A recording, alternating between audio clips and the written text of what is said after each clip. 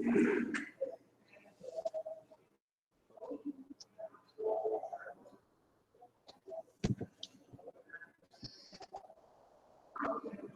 morning, everyone. For the day 3 of the STTP on applied computational fluid dynamics for renewable energy and hydraulic machine sector. So, for today's session, we would like to introduce Mr. Ishan Vyas, which is the regional technical lead in CAD-FAM. He has completed his bachelor's in chemical engineering with a minor in material science from BITS Pilani, Hyderabad campus. During his engineering, he has primarily worked on carbon capture technology and biofilms, which can be used in place of conventional bandages. After graduation, he has been working with CAD-FAM. In the last couple of years, he has worked with various industries, including mining, pharmaceutical, chemical, processing, industrial equipment, etc., and help them incorporate simulation technology in their product development. He likes working on problems physics simulation like CFD, DEM, discrete element method, then CFD, FEA, finite element analysis, simulation related to chemical and pharmaceutical industry deeply interesting. So I will thank you, sir, for inviting our invitation, and over to you, sir. Yeah, thank you, Bhaumik sir, for that introduction. And good morning, everyone, and welcome to this first session for today. And um, I'm just sharing my screen if someone can confirm if it is visible.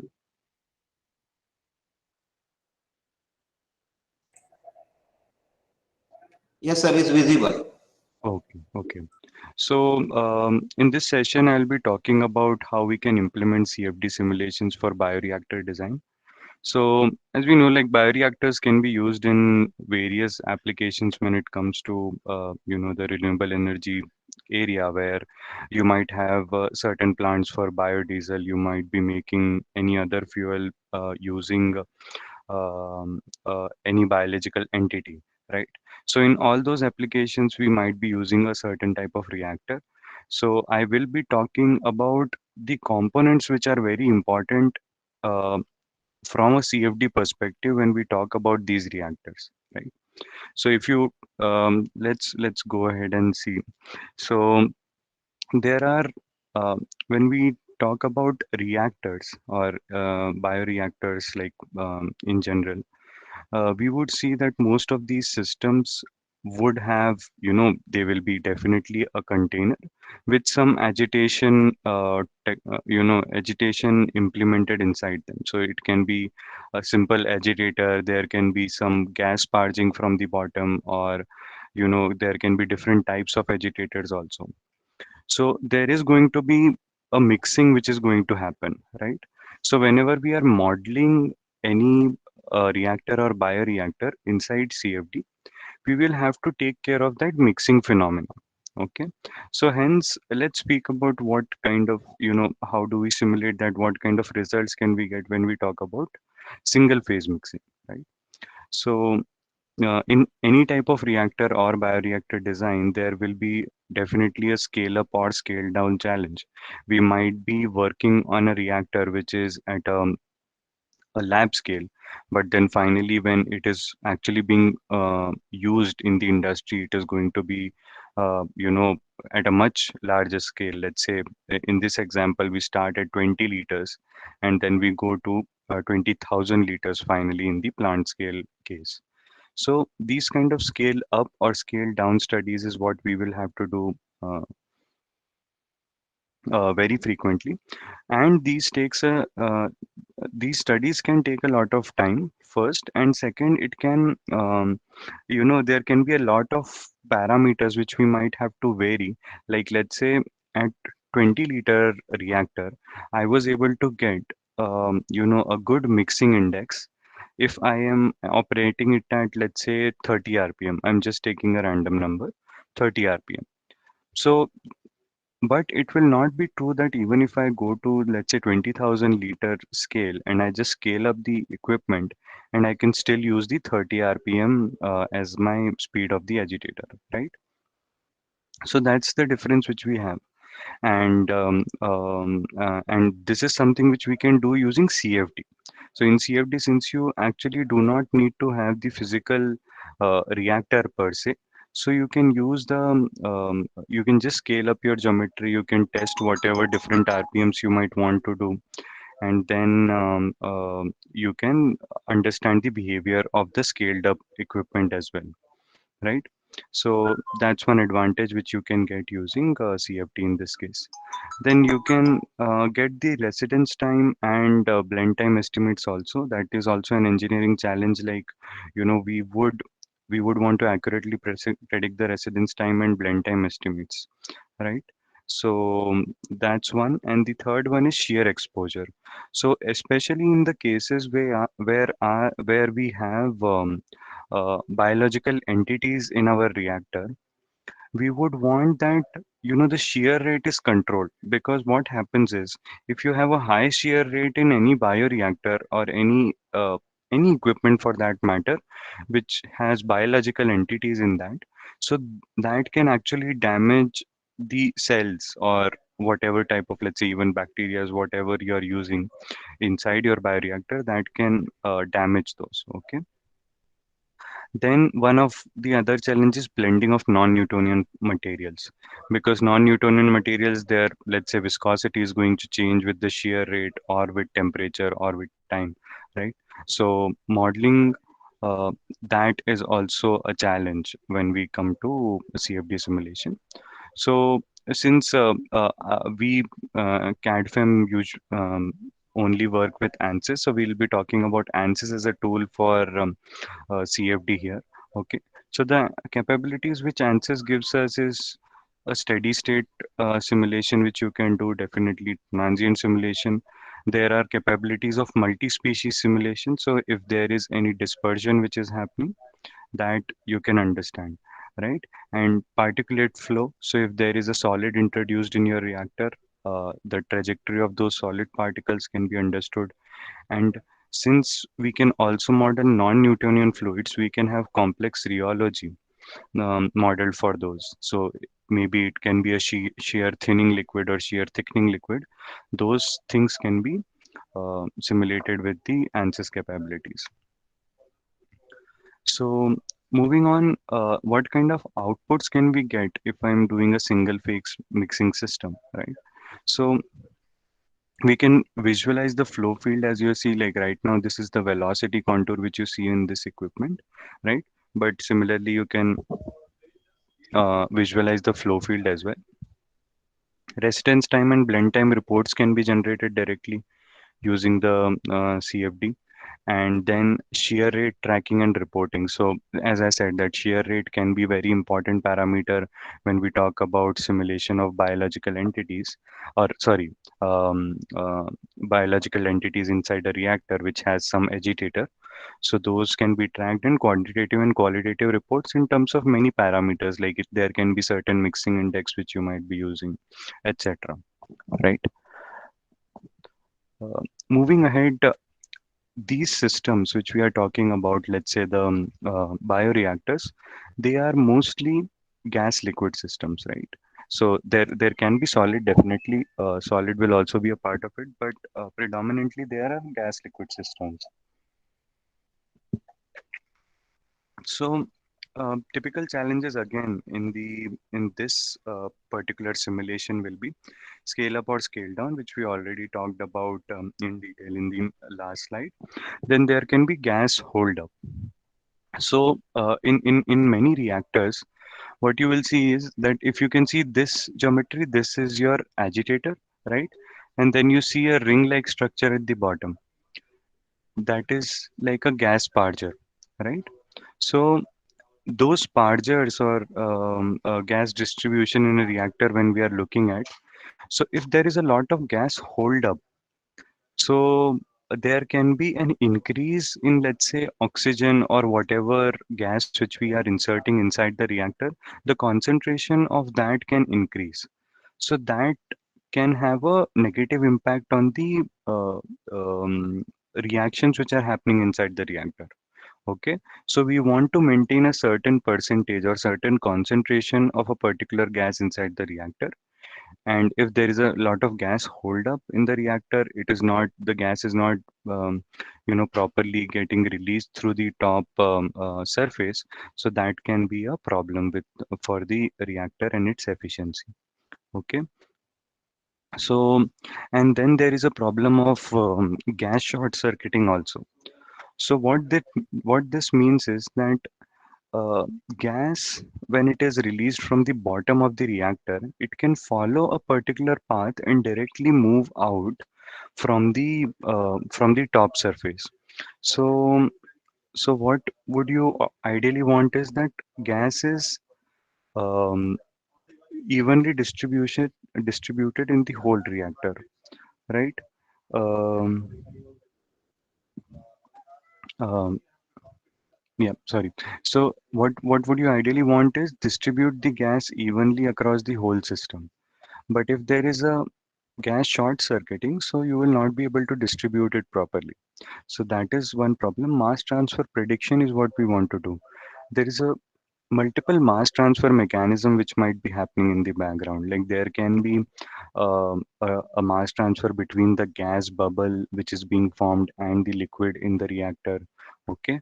There can be mass transfer between two bubbles, right? They can be collapsing or they can be breaking up into multiple bubbles. So those kind of mass transfer prediction is very important, and that is something which is very difficult to capture in the experiments, right?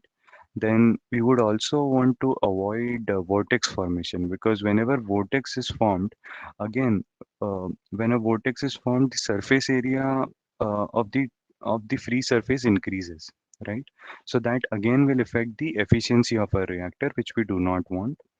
And we also would ideally want to limit the shear rate, as we already talked about in the last slide, that certain high shear rate can lead to a damage to the cells or any biological entity which we have inside the reactor.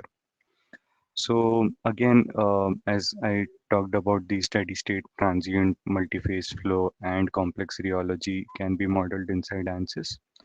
Then the example outputs which we can get would be similar to what we have seen in the last slide, but flow visualization, liquid and gas fields visualization, because they will be different phases, right? This is a multi-phase simulation which we are doing. So there will be different phases. Then bubble residence time prediction is also which we can do. So once the bubble, when it is introduced in the bottom of the reactor, and we can get the average amount of time it takes to kind of reach the top surface where it is going to be released to the atmosphere, right? And bubble size distribution, this can also, so yeah, we also have bubble size distribution which can be modeled using CFD. So how we can do this thing is that yeah. So we can get the distribution of the bubbles inside the reactor, and that can help us understand what kind of regime it will fall into. So every bubble column can fall into different types of regimes, which we will talk about in the subsequent slides also. And bubble size distribution actually determines what kind of mass transfer rates will be there, right? Because if you have a large number of small bubbles or a small number of large bubbles, the volume can be same for these two cases, but the surface area of the bubble is going to be different. And a lot of mass transfer is dependent on the surface area, right?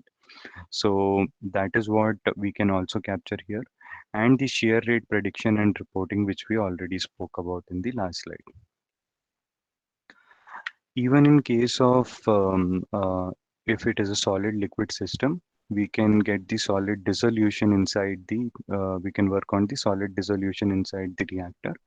So again, scale up and scale down principles will be same for this type of reactor as well. But in this case, we would want to understand the solid suspension and cloud height prediction, right? So we might be introducing certain solids into the reactor, and then, we would want to understand the mass fraction of that solid throughout the reactor, okay, and predict the height at which the solid suspension is going to reach. Then dissolution systems is one of the challenges which we face. And in case this is a crystallization process, we would want to understand the crystal growth rate and the sizes of the crystals inside the system, right? So,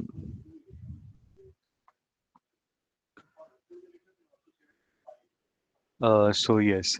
So ANSYS capabilities, if we talk about in this case, these are again common capabilities, but since there can be a case of crystallization, we also can model the chemical reaction phenomena, right? Chemical reactions as well, right? So the example outputs which we can get would be similar to what we have seen, right? But we can also predict the dissolution mass transfer and dissolution rate, right, in these cases, and as well as the crystal growth rate prediction. So if this is a crystallization process which we are trying to simulate.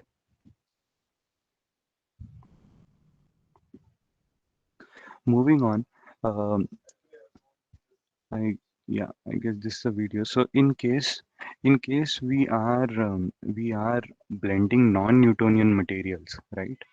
Which can be shear thinning, shear thickening, or it can be highly viscous materials. We usually go with intermeshing systems. Okay. So in these cases also, like engineering challenges would remain pretty much the same, where residence time, blend time estimates have to be done, scale up and scale down principles have to be established, right? Shear exposure has to be understood. Um, and but there is a new challenge that there is a complex motion inside this equipment. So you can see that these agitators which are there inside this system, so they are rotating around a central axis, and they are also rotating around their own axis. So there is this complex motion which has to be captured.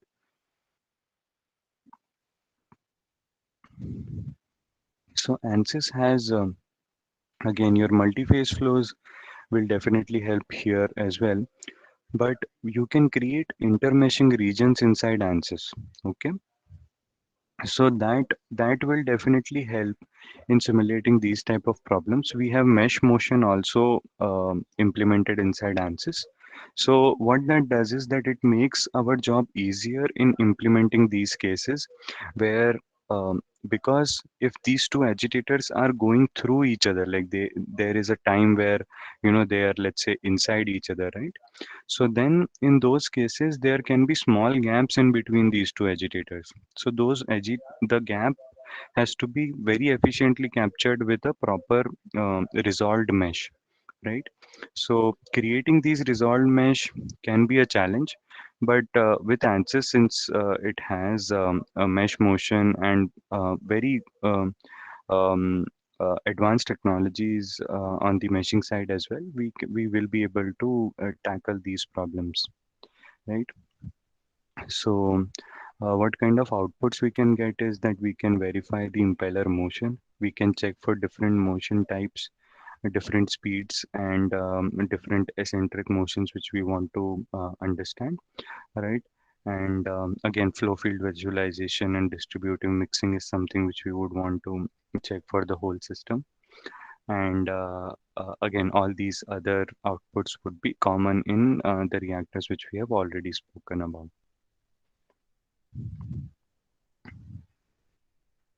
So, moving forward, we might also encounter certain cases where there is static mixers. So, static mixers, basically, there is the concept is that there is no moving part. The mixing is happening because of the flow the flow fields, right? The turbulent nature of the flow is what leading to the mixing of the two components which we are looking at in this reactor or is this mixer. So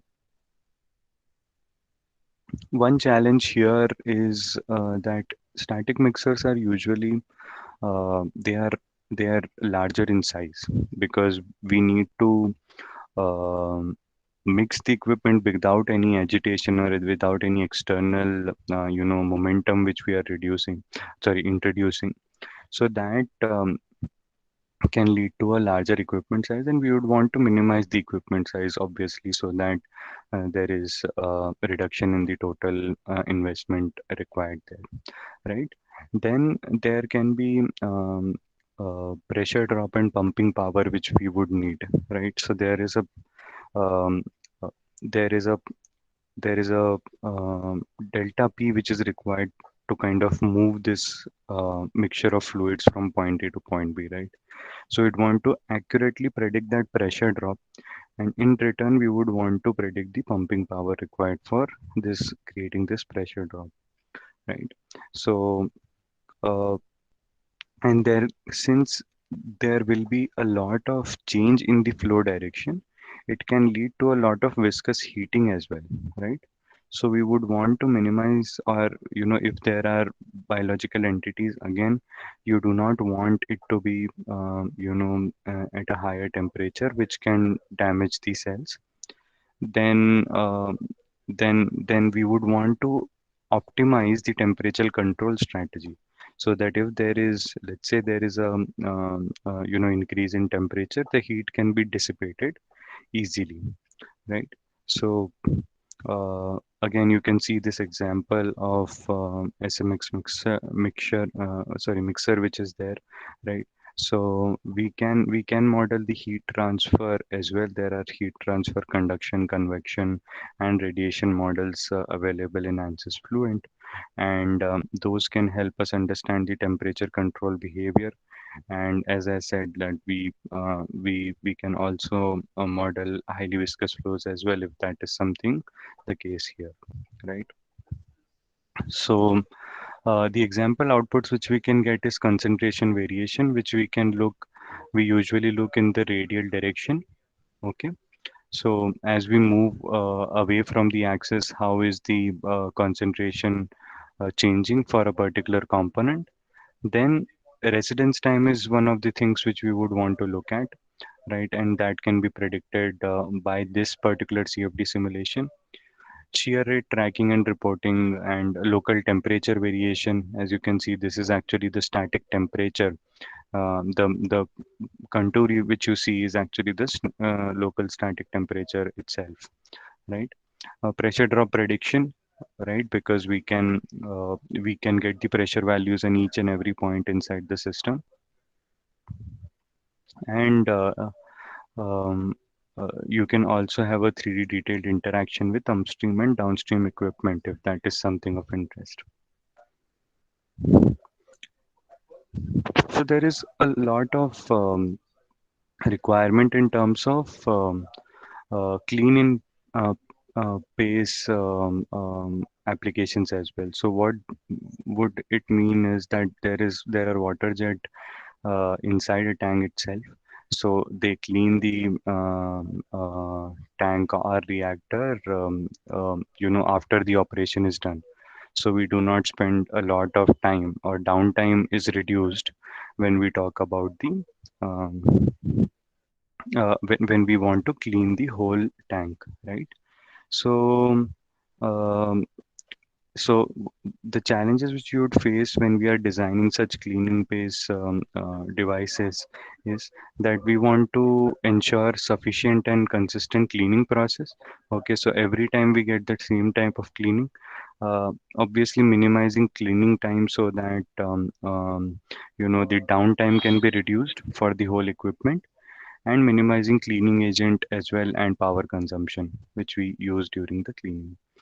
So these uh, so there will be water jets inside the tank, right, which will be spraying certain cleaning agents inside this. So modeling a jet is a complex problem. It's a multi-phase problem.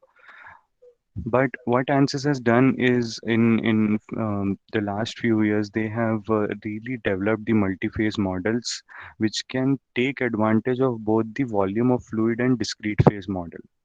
So volume of fluid model, which is there in the multi-phase models inside CFD.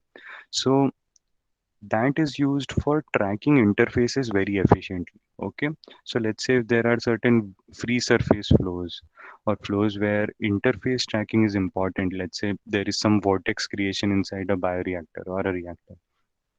So in that case, you would want to predict the shape of that vortex, right, on the top. And if let's say there is some flow which is happening, which is let's say something like open channel flows, right? So in those cases also you would want to predict the interface or track the interface efficiently. So and then when we talk about discrete phase model, this is very efficient in modeling, or this is mostly used in modeling smaller dispersed phase inside a bigger continuum phase, right? Let's say if you imagine something like a suspension, or it can be something like an emulsion, right?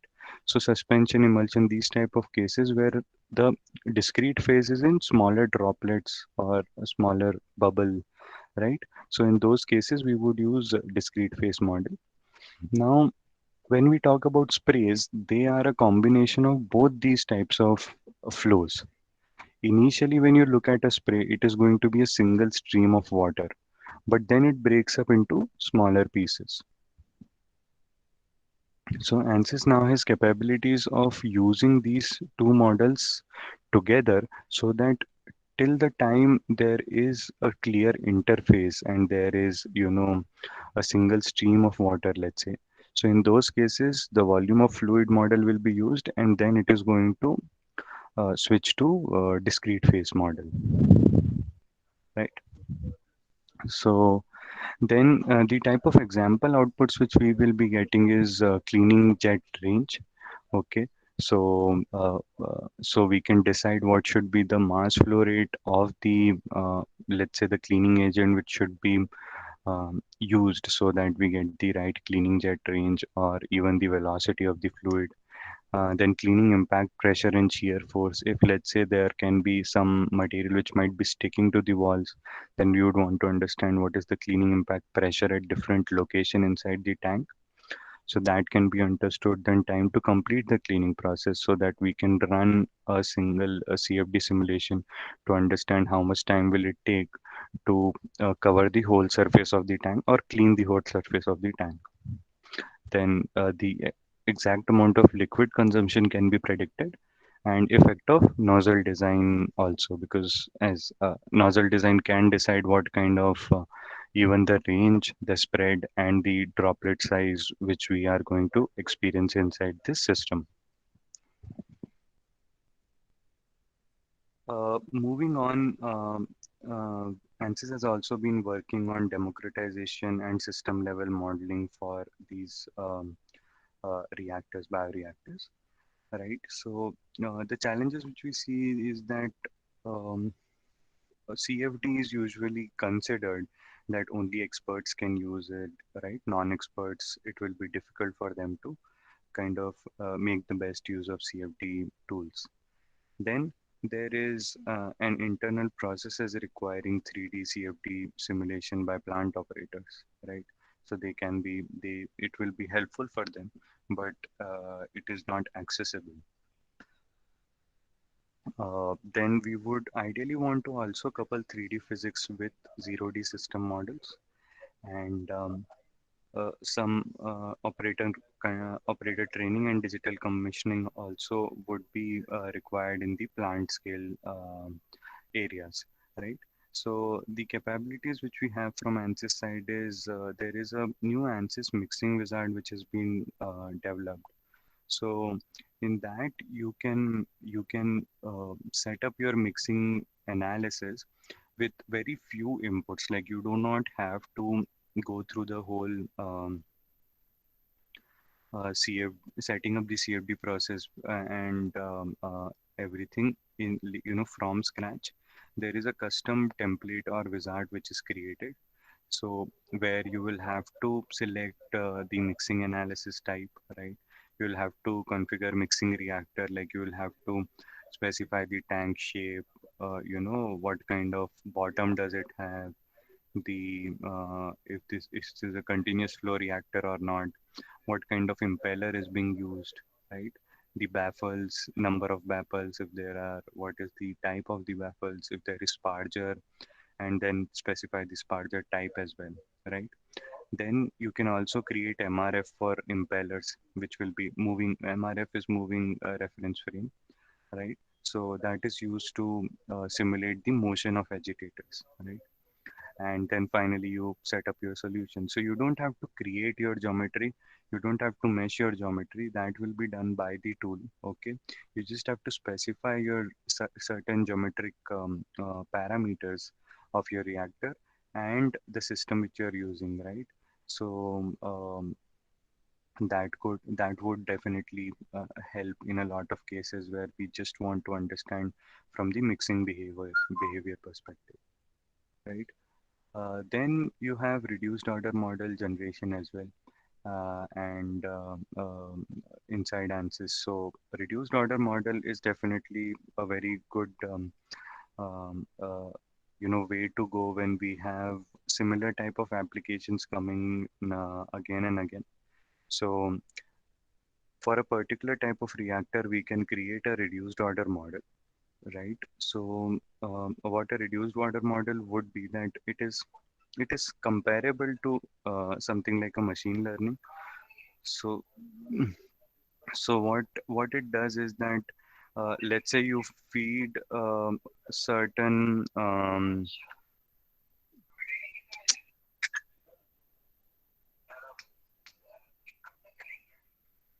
so if you reduce the let's say if you feed certain simulation data to this tool, it can create a reduced order model for you. So a reduced order model would have the accuracy of the actual model itself, but it is going to take considerably less time than the actual 3D simulation. Okay. There can be 0D models also consuming, which can be used for ROMs. And then there are digital twin capabilities. So digital twin concept is also relatively new, but it has a lot of advantages where if let's say there are bigger systems at a plant scale, or even if you want to do it at lab scale or pilot scale, um, we we can take the data from certain sensors which we can create, which we have inserted inside the system. The data from those sensors, let's say the velocity of the fluid at a particular location, or the temperature of the liquid inside a reactor, okay, or a concentration of a particular component. So those sensor data can be fed to CFD, or the ANSYS tools, and then we can do a simulation based on. So those data can act as a boundary conditions for the tool, for the simulation, and then the simulation can run on real data which is coming from the equipment itself directly, right? So that can help us predict if there can be any problem in the future when we talk about uh, um, uh, any reactor system or any bioreactor system, right? So if let's say we know that if the oxygen concentration is X at a particular point of time, so maybe in a few uh, hours of running, it can increase to a very high value, and that could lead to a reduction in the efficiency. So we can take some preventive measures so that does not happen.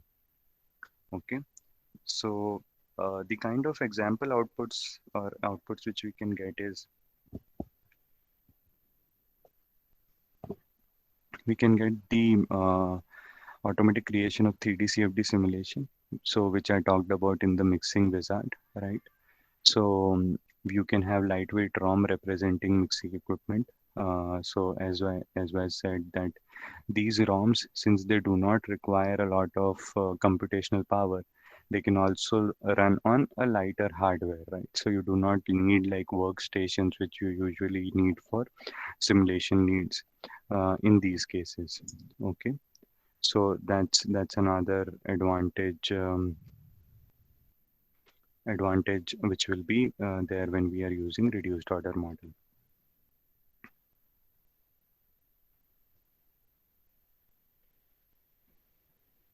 Just a second, my slide is not.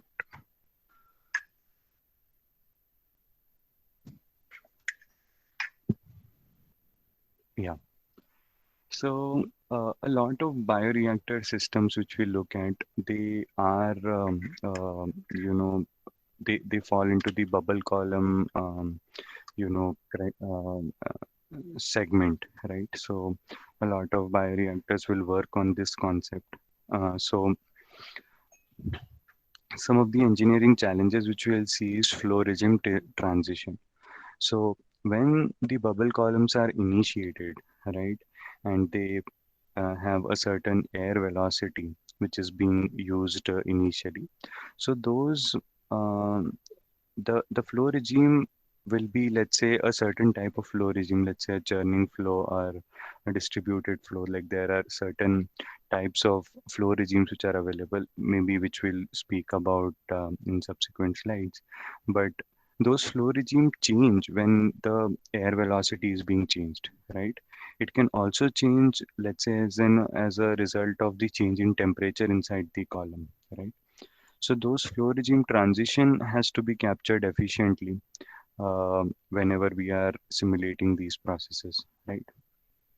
Then bubble size distribution, bubbles are going to coalesce and they might break up. Okay, so those phenomena has to be captured, the coalescence and the breakup of the bubbles, so that we can predict the bubble size distribution accurately. Then there is going to be mass transfer, as we also spoke about earlier, that there is going to be mass transfer and chemical reaction, which can happen on the gas liquid interface.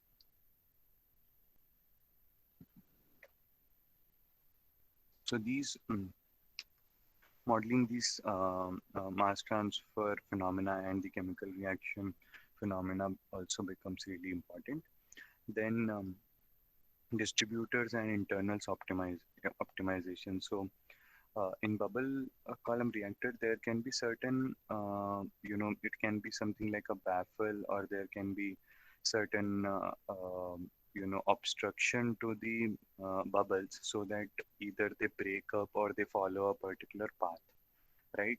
So we would want to optimize that, and there can be, a lot of possibilities when we talk about the distributors and internals, and they affect the whole system performance to a very good extent, right? So that's one, and scale up is definitely, a recurring problem which we'll see. So as we have spoken about earlier, also we have the multi-phase model, we have phase change reactions which can happen, and the population balance model which can capture um, the bubble size distribution and etc. So you see the screenshot. This is from the ANSYS Fluent. So this is the multi-phase model dialog box, and I think we have been speaking about the volume of fluid model. There is also a mixture model, and then there is Eulerian phase model. Then you can have different regime transition modeling when you select Eulerian model. And this is a recently introduced algebraic interfacial area density modeling for regime transition, which has definitely improved the way we can capture that regime transition itself. So the outputs which we can get from these kind of simulation is we can analyze the gas holdup distribution and flow field distribution for the bubbles, because we are able to efficiently track the bubble interfaces or bubble diameter as well. Then determined the bubble size distribution and rising velocity, which we already spoke about in previous slides, and design columns with proper height and diameter ratio. So by changing the diameter or the height of the column, you can actually change the regime which is going to be there inside the column, and it can definitely affect all other parameters like the rising velocity as well at a certain extent. So you would want to have the column designed such that it satisfies our requirement.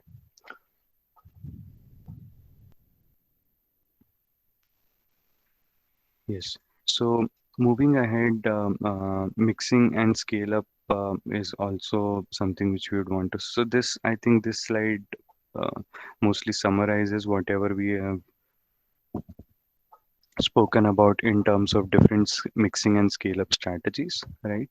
So um, I will, just, so I think we have covered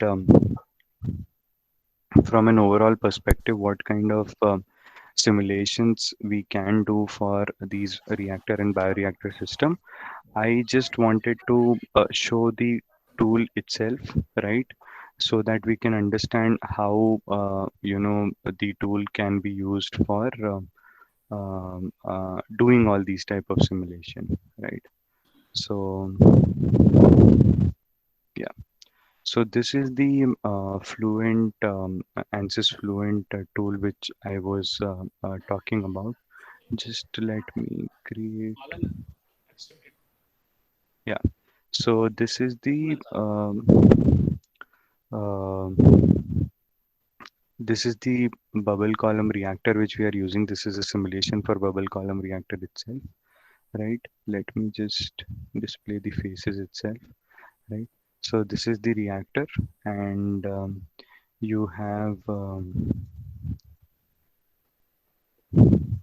you have the gas inlet here at the bottom. Okay, if you look at this, this is the place where gas will be inserted inside the system. Okay, and then the gas is going to definitely exit from the top of this reactor. Okay, from this place, right? And all the other the walls which you see, those are all basically considered as the walls of the whole system, right? So if you can see, the tool has a very intuitive design also. So for researchers or students who, you know, would ideally just want to focus on the physics part or on the engineering part, and would not want to spend a lot of time understanding the tool behavior, that can be that will be helpful here, right? And we can so the different sections which you will need in setting up the simulation are structured here in terms of tabs, like the domain setting, the physics setting, user defined function, solution, results, and etc. right here on. And you also have the structure tree, right? The outline view, which you can help, which can guide you to set up the whole problem. Okay, so once we start the simulation, like once we start the this particular tool, then we have your mesh created here. Then the first thing which you would do is just perform a mesh check so that you know that the mesh is proper and it is good to go ahead for the simulation. So we just check the minimum volume. The minimum volume should not be negative, right? So it's not there. So, and there are no warning signs. So the mesh is good to go. You can go ahead with this mesh. Then, depending on the type of simulation you are doing, you can use the pressure based or density based solver type. right? In most cases, we use pressure based in cases where, let's say, there are compressible flows or high Mach numbers. Then density based solvers will make sense. Velocity formulation we leave to absolute. And since we would want to capture the rise of bubbles, right? So the rise of bubbles, that is going to be a transient process. So hence we are using a transient type of solver in this case.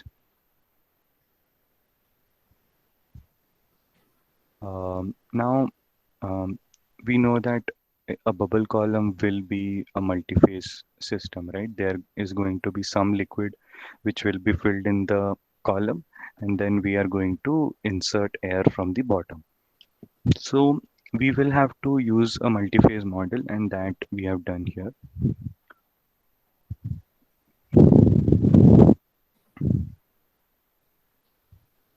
So we have used an Eulerian model as we talked about, right? And there are two phases which we are going to have in this system, which is one is gas and the other one is liquid. So we select that as well. We are leaving everything else on the default. Then we have two phases. We will also look how we can specify these phases, right, in the tool. But right now you can just say that we have water and air as two phases, and water is going to be primary phase and air is going to be secondary phase. So the the usual or the general idea is that the phase which is the dispersed phase or lesser in quantity or mass fraction, that would be normally regarded as the secondary phase. So then when we simulate these multi-phase flow problems, right, there are going to be a lot of force calculation which we'll have to do. Let's say we will calculate the drag forces on the bubbles, we'll calculate lift forces, there will be wall lubrication effect for the system, there can be turbulent dispersion, turbulence interaction, virtual mass of the bubbles or the secondary phase. So for all those, there are multiple models which are available. So right, depending on the system which we are simulating, we can select these bubbles. For this simulation, we have left it on default. But if let's say this is something of interest, we can discuss this, in a separate session. We are not using mass transfer here, right? So we are not having any changes in this model. So this is how you can use your multi-phase models. You have different other multi-phase models also, like the volume of fluid and mixture, which are not relevant for this particular case. Okay. And then to model the turbulent behavior of the flow, okay, we are using the K omega model, but definitely there are other models also available, the K epsilon and the Reynolds stress model. And even for K omega, we are using SST model in this case, right? And the turbulence multi-phase models, we are using dispersed because most of the bubbles are going to be, not, let's say, comparable to the continuum phase length scale. Okay, so we can use the dispersed phase model.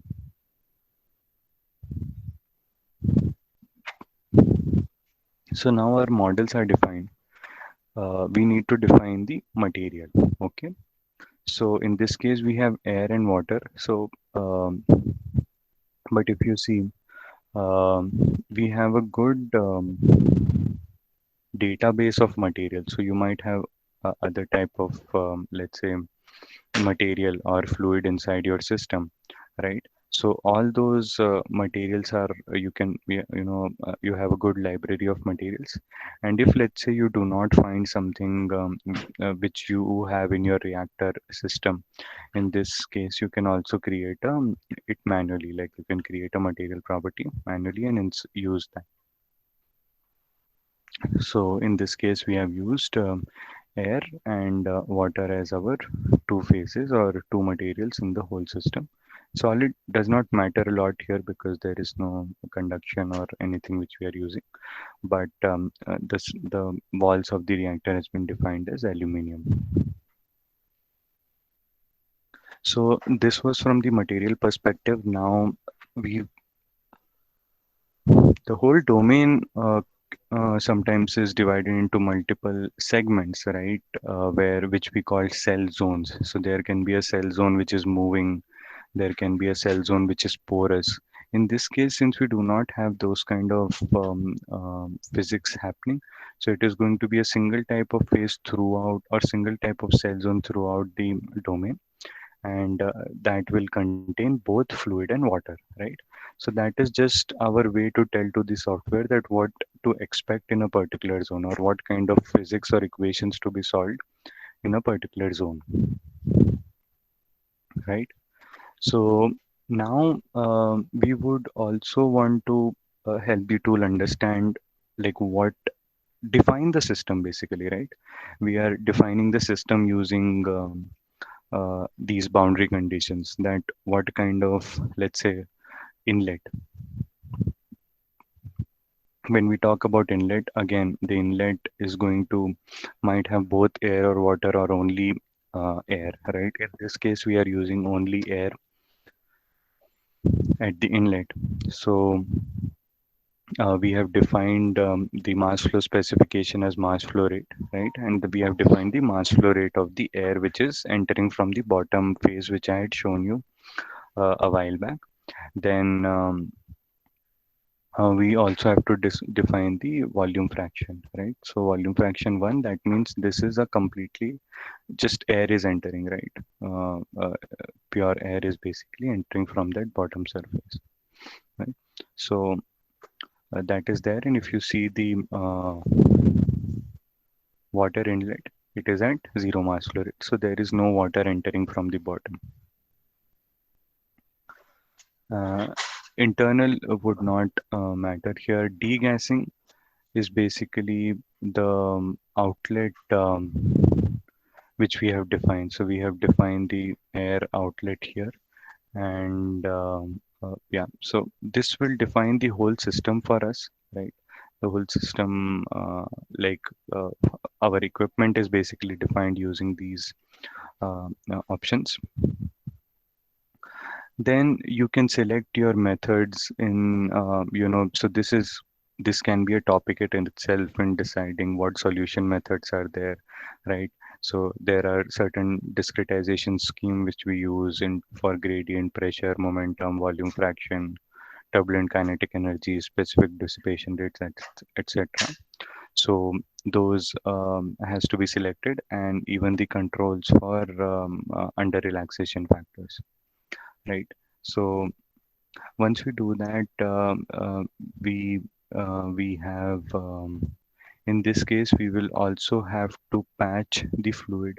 So in some cases we'll have to patch the fluid. So what patching would mean is that we are specifying that in a certain location across the domain we have a particular component, let's say in this case water. So if when we start the simulation we already want the tank to be filled with water, then we'll have to patch those values. So let's say I will patch the volume fraction of water. Let's say I want to completely fill it with water. So patch a certain domain with one volume fraction of water, right? So that can help me define the initial condition.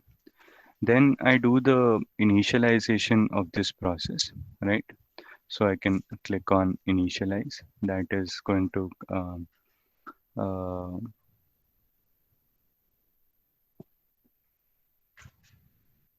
uh, create an initial value for the whole system here. And then in run calculation, I can define my time step size and the number of time steps which I want to simulate this whole problem for. In this case, it's a transient case. That is why we have the number of time step and time step size. Otherwise, it would have been number of iterations if it was a steady state case. Once I click on calculate, it is going to start calculating the results for this system, and it is depending on the monitors which we select.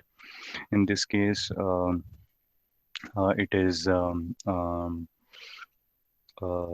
the scaled residuals. So scaled residuals basically help us um, uh, check if the solution is reaching a converged state or not, right? So at each time step, so if you see these spikes which are coming, right? So these are basically each and every time step, one time step ahead is what we are going, and in every time step we are trying to reach the converged solution. So a converged solution would mean that my residual ideally has reached below 1e minus 3 value. Okay, so that is what we are targeting. That's the general criteria for a converged solution. Then we can have other monitor points also. Like this is the volume average of air volume fraction. So this can help us understand the gas holdup. So what amount of gas is being staying inside the reactor is something we can understand from this. Then we can also, uh, while the simulation is running, we can model the or we can see the contour of certain parameters. Like in this case, we are seeing the volume fraction of the air as the time progresses, right? So in this case, you would see that with each and every time step, the shape of this, so since this is the volume fraction of the air and air is entering from the bottom, and the red color would represent the highest volume fraction, and you can change the shape of this cloud changing, right? So that is because we are updating this at each and every time step. And finally, this is going to take some time to run, but finally when we have completed the whole simulation, we can expect to see something like this as a result of this simulation, right? And this is the volume fraction plot which we have also created.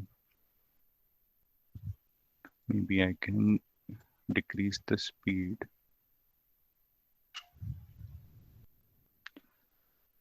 So you can see that this the behavior of the gas flow has been captured using this particular simulation, using the multi-phase model, right? So um, any questions, any doubts at this point of time? Because I planned to, have this much content because I was expecting that, okay, there can be some certain questions. So any questions, I would be happy to answer.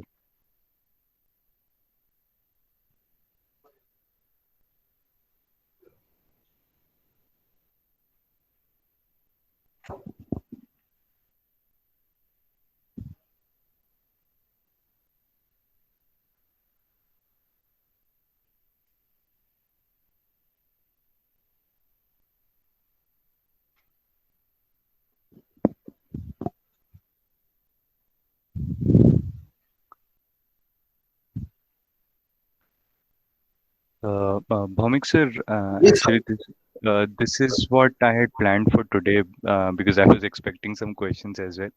So I'm done from my side. Yeah. Okay, okay, sir. So, dear participants, you can ask question to sir if you have any doubt.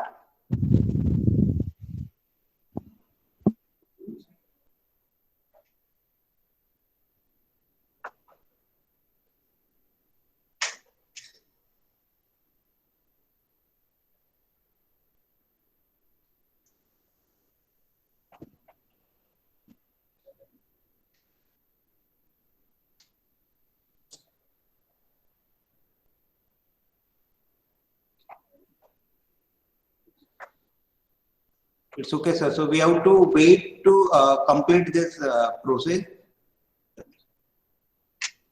Sure, sir. Yes, Sure, sure.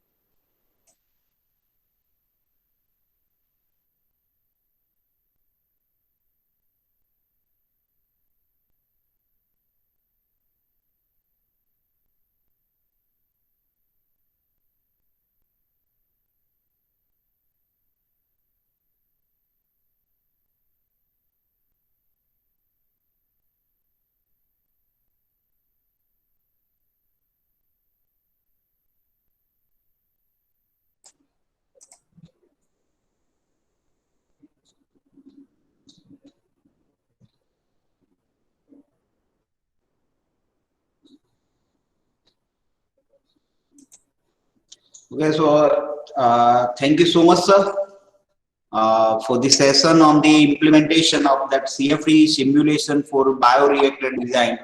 In brief, it covered mainly that different systems like single phase mixing system, gas mixing system, and as well as bioreactor system. Uh, it is important that NC's fluents have different capabilities.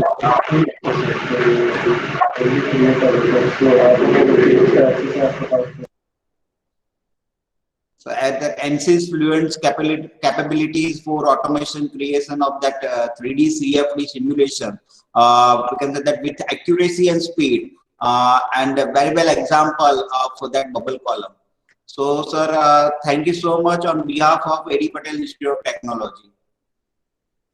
Thank you for having me, sir. And I think this was a really good session. Yeah, thank you.